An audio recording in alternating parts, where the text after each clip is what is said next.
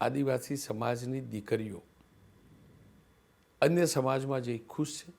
અમારી પાસે જે રજૂઆત આવે છે, મને તો ઘણા ફોન પણ આવે છે. જેટલી દીકરીઓને લઈ જવામાં આવે છે બધી જ દીકરીઓ ખુશ છે એવું નથી. હશે કદાચ 60% દીકરીઓને ત્યાં એક્સેપ્ટ કરી લીધી, સ્વીકારી લીધી હશે. તો આદિવાસી દીકરીઓને કેટલાક લોકો એ આવનારી ચૂંટણીઓમાં રિઝર્વ બેઠક પર ચૂંટણી લડવા માટે પણ લઈ જતા હોય છે. એનો દાખલો હું આપું. નાદોદમાં ભાજપના જિલ્લા પ્રમુખ છે.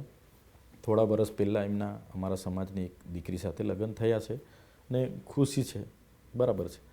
એ લોકો 2027માં એ રિઝર્વ બેઠક પર એ ભાજપના જિલ્લા પ્રમુખ એમની પત્નીને લડાવવાની તૈયારી એમણે ચાલુ કરી છે. એમની વસ્તી આમ જોવા જઈએ તો કદાચ કોઈ ગામમાં 5-10 ઘરો હશે, એના સિવાય એ બેઠક પર ઘરો નથી. તો પછી એ ન્યાય કઈ રીતના કરી શકશે? એ જ પ્રકારે કેટલીક જગ્યાએ સિટીઓમાં, ખાસ સુરતમાં અમે તો સર્વે કર્યું છે, રજૂઆતો જે દીકરીઓને અહીંથી લઈ જવામાં આવે એમના નામે 73 ડબલ એની જમીનો વેચાતી લેવામાં આવે છે. એને કરાવવામાં આવે છે એમના પર. ને ઘણી જગ્યાએ અમારા આદિવાસીઓના રિઝર્વ પેટ્રોલ પંપોની જાહેરાત આવે કે બીજી જાહેરાત આવે, એમાં પણ એમને પછી લઈને અમારે ત્યાં આવે છે. એટલે એ ગંભીર બાબત છે. તમારે કોઈના પ્રેમનો અમે વિરોધ નથી કરતા. લગ્ન એ પવિત્ર બંધન છે અને એ થવું જ જોઈએ.